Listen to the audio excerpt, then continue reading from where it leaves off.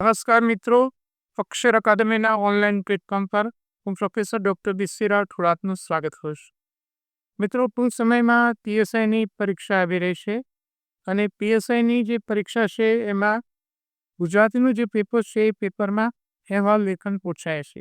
તો આજે આપણે અહેવાલ લેખન કઈ રીતે લખવું, અહેવાલ લેખન લખતી વખતે કઈ બાબતો ધ્યાનમાં રાખવાની, તેમજ એક આદર્શ અહેવાલ લેખન કોને કહી શકાય એવો એક એનો નમૂનો પણ આપણે જોઈશું.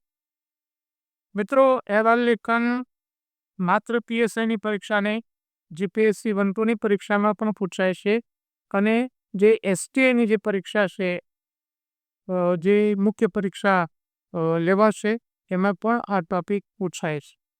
એટલે તેના વિશે આપણે આજે વિગતો જોઈશું.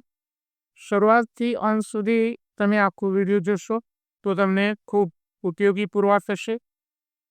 શરૂઆત કરીએ એ પહેલાં હજુ સુધી જો તમે અમારી આ ચેનલને સબસ્ક્રાઈબ ન કરી હોય તો ચેનલને સબસ્ક્રાઈબ કરી દેશો અને વિડીયો છે એને લાઈક કરીને શેર કરવાનું ભૂલતા નહીં.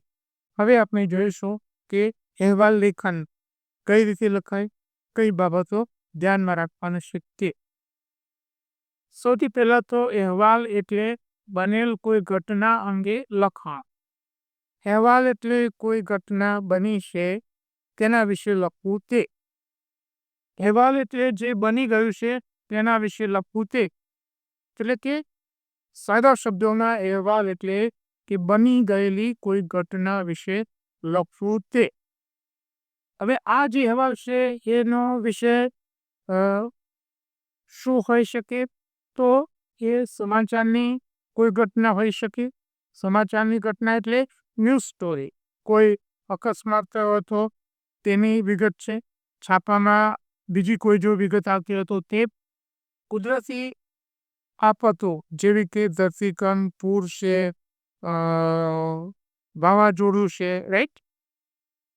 પ્રસંગો કે દિવસોની ઉજવણી, જુદા જુદા પ્રસંગોની ઉજવણી કે દિવસોની ઉજવણી, જેમ કે આંતરરાષ્ટ્રીય મહિલા દિવસની ઉજવણી, યોગ દિવસની ઉજવણી વગેરે.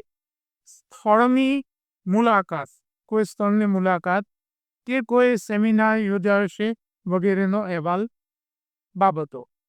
હવે આ જે અહેવાલ લખતી વખતે આપણે કઈ બાબતો ધ્યાનમાં રાખવાની છે તેના વિશે જોઈશું. મિત્રો, આ જે કેટલીક જે બાબતો છે અથવા જે સૂચનો છે એ સૂચનો તમારે અહેવાલ લખતી વખતે ધ્યાનમાં રાખવાના છે. સૌથી પહેલી બાબત તો છે અહેવાલ એના ફોર્મેટ પ્રમાણે લખાયેલો હોવો જોઈએ.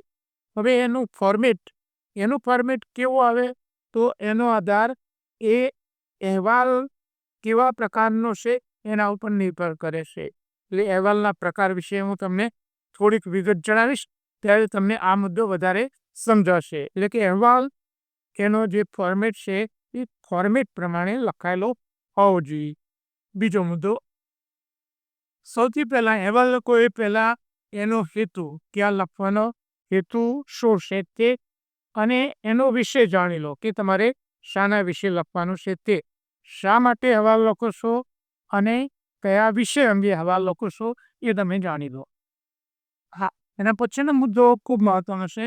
અહેવાલ ચોકસાઈપૂર્વકની વિગતો સાથે લખાયેલો હોવો જોઈએ. અહેવાલમાં જે તમે ડિટેલ્સ કે જે વિગતો મૂકો એ વિગતો ચોકસાઈ કરેલી એટલે કે ખાતરી કરેલી વિગતો એમાં હોવી જોઈએ. ચોકસાઈપૂર્વકની વિગતો એમાં હોવી જોઈએ. એની સાથે સંકળાયેલો જે મુદ્દો છે એ પણ અહેવાલ લેખન માટે ખૂબ જ મહત્વનો છે. અહેવાલ સાથે સંકળાયેલ આંકડાકીય વિગતો તમારે ચકાસી લેવી.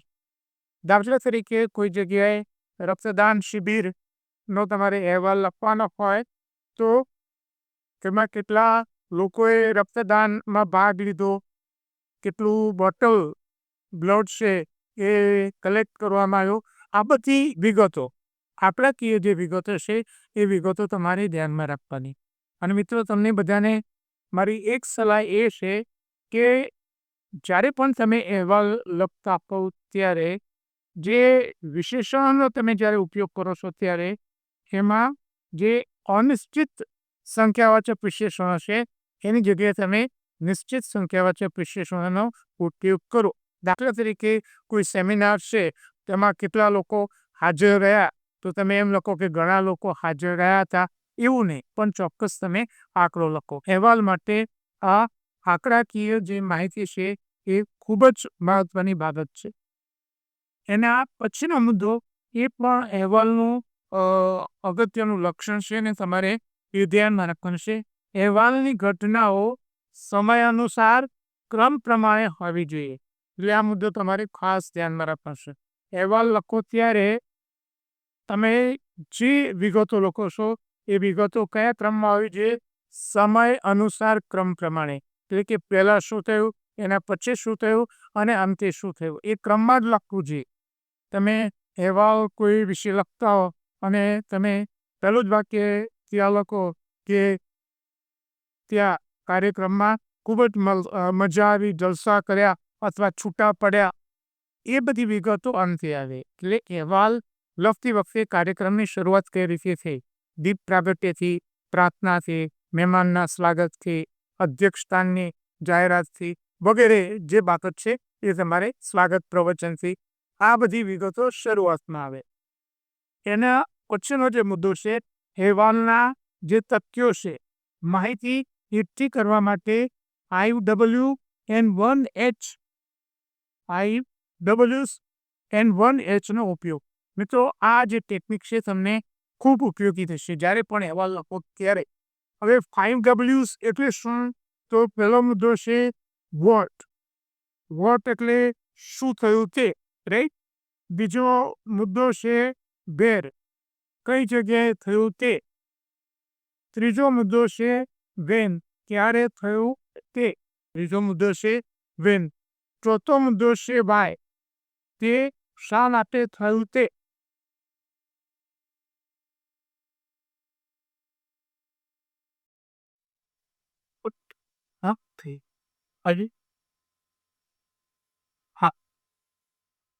ચોથો મુદ્દો છે વાય, શા માટે થયું તે.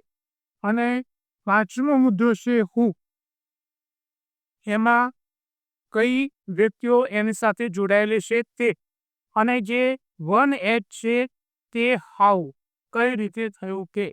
મિત્રો, અહેવાલ લખતા હો ત્યારે આ 6 મુદ્દા જો તમે ધ્યાનમાં રાખશો તો અહેવાલ અંગેના 6 જેટલા પોઈન્ટ્સ તમારા ત્યાંથી મળી આવશે અને 3-4 વાક્યો તમે એના વિશે આસાનીથી લખી શકશો. એના પછીનો જે મુદ્દો છે, અહેવાલ એ બની ગયેલ ઘટના અંગેનો હશે. એ મોટે ભાગે ભૂતકાળમાં લખાયેલો હશે. આ જે ટેન્સ છે એ તમે ધ્યાનમાં રાખો. અહેવાલ છે એ સંક્ષિપ્તમાં લખાયેલો હોવો જોઈએ, ટૂંકમાં લખાયેલો હોવો જોઈએ. બિનજરૂરી લાંબુ લખાણ એમાં ન હોવું જોઈએ. એટલે કે મુખ્ય મુદ્દા જ એમાં આવવા જોઈએ. એના પછીની વિગત છે, અહેવાલ એ નિષ્પક્ષ અને તટસ્થ હોવો જોઈએ. તમે જે અહેવાલ છે, અહેવાલ કેવો જોઈએ? નિષ્પક્ષ અને તટસ્થ. અંગત આક્ષેપો કે પૂર્વગ્રહથી એ મુક્ત હોવો જોઈએ. તમે જે અહેવાલ લખો તો તમારે તટસ્થ રીતે લખવાનો છે. તમારા અંગત ગમા અણગમા કે આક્ષેપો એમાં ન આવે, તટસ્થ રીતે લખવાનો છે. જો અખબારી અહેવાલ લખવાનો તો અખબારી અહેવાલમાં મેળવેલ માહિતીની ચકાસણી અને સત્યતાની ખાતરી કર્યા બાદ જ લખવું જોઈએ. જો અહેવાલ એ ન્યૂઝપેપર માટે ન હોય તો એની જે વિગતો છે, એની ચોકસાઈ છે, એ ખરાઈ કર્યા પછી જ તમારે લખવાનો છે. દાખલા તરીકે કોઈ જગ્યાએ અકસ્માત થયો છે અને તમે અહેવાલ લખો છો તો કયા 2 સાધનો વચ્ચે થયો છે એની ખરાઈ, કેટલા લોકોને ઈજા થઈ છે તેની ખરાઈ, કેટલા મૃત્યુ પામ્યા, મરનારમાં કોણ કોણ છે, કેટલા ઈજા થઈ અને ઈજામાં પણ કોને ગંભીર ઈજા થઈ છે, કયા દવાખાનામાં દાખલ કરવામાં આવે છે. આ બધી વિગતોની ખરાઈ કર્યા પછી તમારે લખવાનું રહેશે. એના પછીનો મુદ્દો છે, અહેવાલમાં માનવીય મૂલ્યોને ઉજાગર કરતી જો કોઈ વિગત હોય તો અહેવાલને વધારે પ્રભાવક બનાવે છે. મિત્રો, બધા જ અહેવાલમાં આ તત્વ હોતું નથી, પણ જો અહેવાલમાં તમે આ વસ્તુ ઉમેરી શકો તો અહેવાલને વધારે પ્રભાવક તમે બનાવી શકો છો. દાખલા તરીકે અકસ્માતનો તમે અહેવાલ લખતા હો તો એમાં તમે એકાદ વાક્ય આવું આવું એક વાક્ય લખી શકો કે માતા પિતાનું અકસ્માતમાં મૃત્યુ થયું પણ 4 વર્ષની બાળકી ચમત્કારિક રીતે બચી ગઈ. રાઈટ, તો આ જે વસ્તુ છે ગીરની મુલાકાત અંગેનો તમે અહેવાલ લખતા હોય તો કે સિંહ જોયું, આ જોયું, તે જોયું, એ બધું બરાબર છે. પણ માનવીય મૂલ્યો કે ત્યાં મેષમાં રહેતી 10 વર્ષની બાળકી સિંહની આગળ જ્યારે થઈને નીકળી ત્યારે એક અદ્ભુત એવી લાગણીનો અનુભવ થયો કે આ જે બાળકી છે અને પ્રકૃતિના આ જેને કહી શકાય હિંસક એવા પ્રાણીઓ સાથે પણ કેવું તાદાત્મ્ય છે, કઈ રીતની વાત છે અથવા જે વિગત છે તે. તો આવી વિગતો હૃદયને સ્પર્શતી હોય છે. અહેવાલમાં આવી એકાદ બે વિગત આવી જાય તો ખૂબ સારી વસ્તુ કહી શકાય. અહેવાલ સામાન્ય જનતા માટે છે, માટે તેની ભાષા સરળ પણ પ્રભાવક હોવી જોઈએ. અહેવાલ એ સામાન્ય જનતા માટે લખવામાં આવે છે એટલે એની ભાષા એ સરળ હોવી જોઈએ. અઘરી કે કઠિન નહીં, અઘરા શબ્દો નહીં, પરિચિત શબ્દો એમાં હોવા જોઈએ, પણ સાથે સાથે એ રોચક અને અસરકારક પણ હોવી જોઈએ, પ્રભાવક હોવી જોઈએ. એના પછીનો મુદ્દો છે અહેવાલ એ મોટે ભાગે શિષ્ટ ભાષામાં જ લખવામાં આવે છે. અહેવાલ મોટે ભાગે શિષ્ટ ભાષામાં જ શુદ્ધ ગુજરાતીમાં લખવામાં આવે છે, કારણ કે લખનાર વ્યક્તિ એ શિક્ષિત વ્યક્તિ અને એ જે પ્રસંગનું જે વર્ણન અથવા જે વિગતો આપે છે એ શિષ્ટ ભાષામાં હોવી જોઈએ. પણ એનો અર્થ એવો નહીં કે એમાં તળપદા શબ્દો કેવું ના આવી શકે. જરૂર પડે ત્યાં આવા તળપદા શબ્દોનો ઉપયોગ કરી શકાય જે જરૂર હોય ત્યાં. અહેવાલને યોગ્ય શીર્ષક પણ આપણે આપીશું. અહેવાલમાં લેખન પદ્ધતિ જે લખવાની જે પદ્ધતિ છે કે જોડણી કે વાક્ય રચનાની ભૂલો ન હોવી જોઈએ. આ વસ્તુ છે તમારે ધ્યાનમાં રાખવાનું છે. અહેવાલમાં આટલી વિગતો હોવી જોઈએ. હવે અહેવાલનું માપ એટલે અહેવાલ તમે જે લખો છો તો કઈ રીતે લખવો તે, કયો ભાગ પહેલા આવે પછી શું હોય, છેલ્લે શું હોય, એની જનરલ વિગત છે. અહેવાલનું માળખું, આનો આધાર અહેવાલના પ્રકાર ઉપર નિર્ભર કરે છે. અહેવાલ કેવા પ્રકારનો છે તે. જો સામાન્ય અહેવાલ હોય તો ઉપર અહેવાલનું શીર્ષક, સ્થળ અને તારીખ અને પછી અહેવાલની વિગતો આપણે લખીએ છીએ. જો અખબારી અહેવાલ હોય તો સૌથી પહેલા શીર્ષક, એના નીચે સ્ત્રોત લખવામાં આવે છે. સ્ત્રોત એટલે આ માહિતી તમને ક્યારથી મળી, મોટે ભાગે અમારા ખબરપત્રી દ્વારા એવું લખવામાં આવે છે. ત્યારબાદ સ્થળ, તારીખ, પછી તમારે પ્રથમ ફકરો જે વિગત છે એની 2-3 બાબતો ટૂંકમાં લખવાની છે અને પછી અહેવાલની જે વિગતો છે એને લગતા ફકરા આપશે. જો અહેવાલ તમારે ઉપલા અધિકારીને લખવાના છે, ઘણીવાર એવું પરીક્ષામાં પૂછાતું હોય છે કે તમારા વિભાગમાં યોજાયેલ આ સેમિનાર અંગેનો અહેવાલ તમે ઉપલા અધિકારીને મોકલી આપો. દાખલા તરીકે પરીક્ષામાં એવું પૂછાય કે તમે પીએસઆઈ છો ને તમારા વિસ્તારમાં કોમી રમખાણ ફાટી નીકળ્યા છે તો એ અંગેનો અહેવાલ જિલ્લા પોલીસ વડાને મોકલો. તો તમારે એમાં એક કવરિંગ લેટર અને અહેવાલ એમ 2 જોડે મોકલવું પડે. અહેવાલનું જે સામાન્ય માળખું છે આ પ્રકારે છે. મોટે ભાગે સૌથી પહેલા શીર્ષક, પછી સ્થળ અને તારીખ, પછી પ્રથમ ફકરામાં અહેવાલની મુખ્ય વિગતો ટૂંકમાં, એના પછી અહેવાલની જે તમામ વિગતો છે એને લગતા ફકરા આપશે અને છેલ્લે એક ઉપસંહાર. હવે આ જે માળખું છે એ માળખાનો ઉપયોગ કરીને એક આદર્શ અહેવાલ કોને કહી શકાય એનો એક આપણે સ્પેસિમેન, એક નમૂનો હવે આપણે જોઈશું. જે અહેવાલ તમને અહેવાલ લખવામાં તમને એક ઉપયોગી પુરવાર થશે કે અહેવાલ કઈ રીતે લખાય છે તે જોઈએ એની વિગતો. હા મિત્રો, અહેવાલ આપણે અહીંયા જે એનું જે વિષય છે પોલીસ ભવનમાં સાયબર અપરાધ અંગે સેમિનાર. તો અહેવાલ એ શાનો લખતો છે કે પોલીસ ભવનમાં એક સેમિનાર યોજાયો છે સાયબર અપરાધ અંગેનો. તો એ અંગેનો અહેવાલ છે. સ્થળ ગાંધીનગર, અહીંયા પારી, રાઈટ. આપણે અહીંયા રાઈટ હેન્ડ કોર્નરમાં લખીશું. એના પછીનો જે પહેલો જે ફકરો છે, કોઈ પણ અહેવાલ લખો એનો જે પહેલો ફકરો છે એ પહેલા ફકરામાં તમારે શું લખવાનું છે? આપણે જે વાત કરી હતી કે 5 Ws and 1H, આ જે 6 છે એમાંથી કોઈ પણ 3-4 વિગતો આવી જાય એ તમારે લખવાનો છે. મીન્સ ટૂંકમાં કયો શું થયું, ક્યારે થયું એની ટૂંકી વિગત તમારે પહેલા ફકરામાં 2-3 વાક્યોમાં લખવાની છે. જોઈએ વિગતો. સાયબર અપરાધ અંગેનો એક દિવસનો સેમિનાર રાજ્ય પોલીસ ભવન સેક્ટર 18, હવે પોલીસ ભવન ભેગું લખાશે, સેક્ટર 11 ગાંધીનગર ખાતે જિલ્લા પોલીસ વડાની અધ્યક્ષતામાં યોજાઈ ગયું. રાઈટ. કયો ક્યારે શું થયું તે.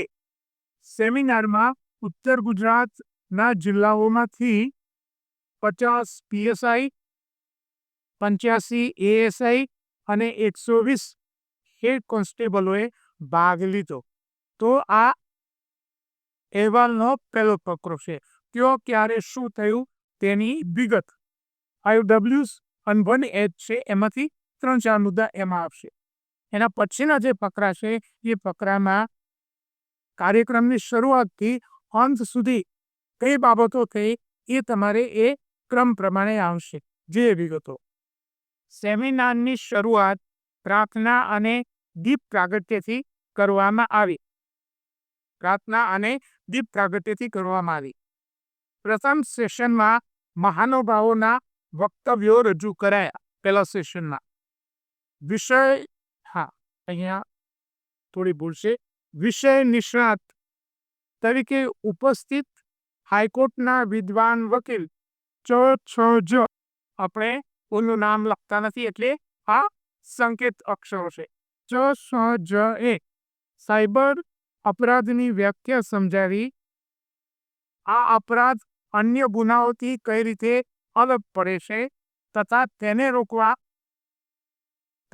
તેને રોકવા ઇન્ફોર્મેશન ટેકનોલોજી અધિનિયમની જોગવાઈઓ તથા તેમાં કયા સુધારાઓ કરવા જોઈએ તેની વિગતો તેની વિગતે વાત કરી. વિગતો નહીં, તેની વિગતે વાત કરી. એક વક્તાનું જેને વિષય નિષ્ણાત બોલાવશે તે. બીજા નિષ્ણાત વ્યક્તિ ફોરેન્સિક યુનિવર્સિટી ગાંધીનગરના વિદ્વાન પ્રોફેસર એક બીજા એક્સપર્ટ એ સાયબર અપરાધને રોકવા ટેકનોલોજીનો કઈ રીતે ઉપયોગ થઈ શકે તેના વિશે જણાવ્યું. તેમણે કઈ વાત કરી તે. ત્રીજું, અધ્યક્ષ સ્થાનેથી જિલ્લા પોલીસ વડા કે આપણે નામ નથી લખતા એટલા માટે સાયબર અપરાધ હેઠળ કયા કયા અને કેવા કેવા પ્રકારના ગુનાઓ આવે છે તેની વાત કરીને હાજર પોલીસ કર્મીઓને સાયબર અપરાધનો ભોગ બનેલ વ્યક્તિઓ સાથે સારો વર્તાવ કરી શક્ય તેટલી ઝડપી કાર્યવાહી કરવાનો અનુરોધ કર્યો. તો પહેલા ફકરામાં જે ભાષણો 3 વ્યક્તિના હતા તેની વિગત. ભોજન બાદ બીજા સેશનમાં પસંદ કરેલ 14 સંશોધન પેપર રજૂ કરાયા. બીજા સેશનમાં જે ભાગ લેનાર લોકો તેમને પેપરો રજૂ કર્યા. પેપરોમાં મુખ્યત્વે સાયબર અપરાધ અટકાવવા પોલીસની ભૂમિકા અને જનતાની જાગૃતિ ઉપર વિશેષ ધ્યાન રાખવાની વિગતો રજૂ કરવામાં આવી. એક શોધપત્રમાં ગત વર્ષે ગુજરાતમાં સાયબર અપરાધના 6,321 કેસો નોંધાયા અને તેમાં 312 લોકો 78 કરોડ રૂપિયાની ઓનલાઈન ઠગાઈનો ભોગ બન્યાની વિગતો રજૂ કરાઈ. મિત્રો, આ જે વિગતો છે એ વિગતો એ કાલ્પનિક વિગતો છે. તમારો અહેવાલ છે એને મજબૂત રજૂ કરવા માટે આ જે વિગતો મૂકી છે એ કાલ્પનિક વિગતો છે, એ તમે ધ્યાનમાં રાખો. પછી તમે સવાલ કરશો કે આ કયા છાપામાં આવ્યો હતો, તો આ અહેવાલને લખવા માટે આ ડિટેલ્સ, જે આંકડાકીય વિગતો તમારે જે દર્શાવવાની છે તેની વિગત છે. એના પછીનો મુદ્દો, સંમેલનના સાયબર અપરાધથી બચવા જનતાએ શું કરવું જોઈએ એ અંગે સાયબર અપરાધથી બચો એ લોન્ચ કરવાની જાહેરાત કરાઈ. સાયબર અપરાધના એક આ મુદ્દો.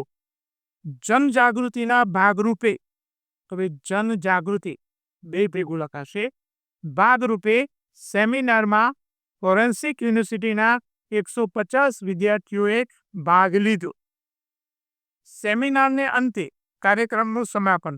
સેમિનારને અંતે દરેકને સાયબર અપરાધ અંગેની પુસ્તિકા ભેટ અપાઈ અને કાર્યક્રમ પૂરો થયો. તો આ છે અહેવાલ. શરૂઆતથી તે અંત સુધી કઈ ઘટનાઓ કયા ક્રમમાં બની એ વિગતો તમારે અહીંયા આપવાની છે, અને ચોકસાઈપૂર્વકની વિગતો, કેટલા લોકોએ ભાગ લીધો, કેટલા પેપરો રજૂ કર્યા, એ બધી આંકડાકીય વિગતો એ ચોકસાઈપૂર્વકની આવે છે. મિત્રો, ગુજરાતી લેખન માટે પછી ગમે તે પરીક્ષા હોય એ માટે અમારું ખૂબ જ ઉપયોગી એવું પુસ્તક છે ગુજરાતી લેખન, કે જેમાં આ બધા ડિસ્ક્રિપ્ટિવ જે મુદ્દાઓ છે એની વિગતે ચર્ચા કરવામાં આવે છે. પુસ્તક અકાદમી ઉપર ઉપલબ્ધ છે. પરીક્ષા અંગે અમારી 2 ટેલિગ્રામ ચેનલ છે, બીસી રાઠોડ કરંટ અફેર્સ, કે જેમાં અમે રોજેરોજનું કરંટ અફેર્સ સાંજે 7 વાગ્યાની આજુબાજુ મૂકીએ છીએ. માસિક કરંટ અફેર્સ મૂકવામાં આવે છે. દરરોજની 10 થી 15 જેટલી પોસ્ટ, તેમજ એમાં 3-4 વિડીયો મૂકવામાં આવે છે. 20ની વિગત અને વિશિષ્ટ દિવસ હોય તો તેની વિગત મૂકવામાં આવે છે. અમારી બીજી ટેલિગ્રામ ચેનલ છે ગૌરવવંશી ગુજરાતી, જેમાં અમે ગુજરાતી ભાષા, સાહિત્ય અને વ્યાકરણને લગતી પોસ્ટ મૂકીએ છીએ. હજુ સુધી જો તમે અમારી આ બંને ટેલિગ્રામ ચેનલમાં જોડાયા ન હોય તેમાં જોડાઈ જવા વિનંતી છે. વધુમાં અમે અમારું મેટર ઇન્સ્ટાગ્રામ અને ટ્વિટર ઉપર શેર કરીએ છીએ, તો અમારા આ બંને પ્લેટફોર્મને ફોલો કરવા વિનંતી છે. વધુમાં મિત્રો, આજનો આ વિડીયો આપને પસંદ આવ્યો હોય તો એને લાઈક કરીને શેર કરવાનું ભૂલતા નહીં. અને હજુ સુધી જો તમે અમારી આ ચેનલને સબસ્ક્રાઈબ ન કરી હોય તો એને સબસ્ક્રાઈબ કરી દેશો અને બેલ આઇકોનને ચાલુ કરવાનું ભૂલતા નહીં.